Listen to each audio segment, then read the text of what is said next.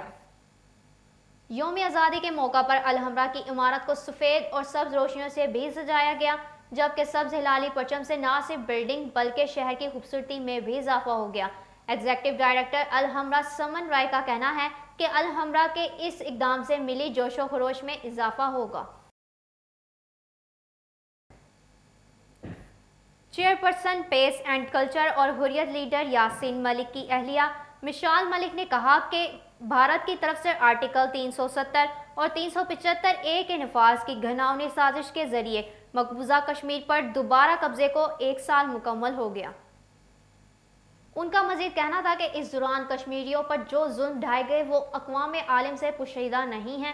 Punjab arts council Rawalpindi میں کشمیریوں سے اظہار یکجہتی کے لیے بھارت کے خلاف یوم استحصال کے سلسلے میں تصویری نمائش کے انعقاد پر میڈیا سے گفتگو کرتے ہوئے ان کا مزید کہنا تھا کہ کشمیر میں کشمیریوں کی نسل کشی کے منصوبے میں دن بدن تیزی آ رہی ہے، اس لیے 4 لاکھ ہندو کو کشمیر کا ڈومیسائل جاری کیا گیا ہے، لاکھوں بھارتیوں کو کشمیر منتقل کیا جا رہا ہے، کشمیریوں کو اپنی ہی زمین پر پناہ گزین بنا دیا گیا، درگاہوں پر قبضہ کیا جا رہا ہے۔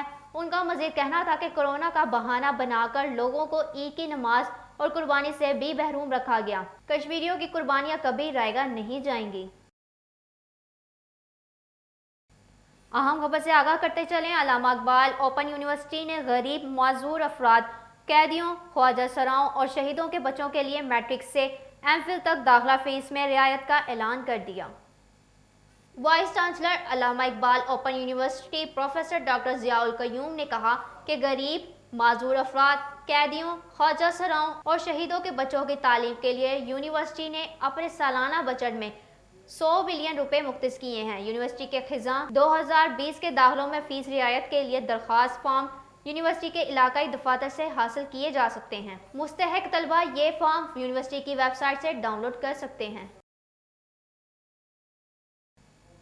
یہاں پر وقت ہوا ہے ایک کمرشل بریک کا، ہمارے ساتھ رہیے گا۔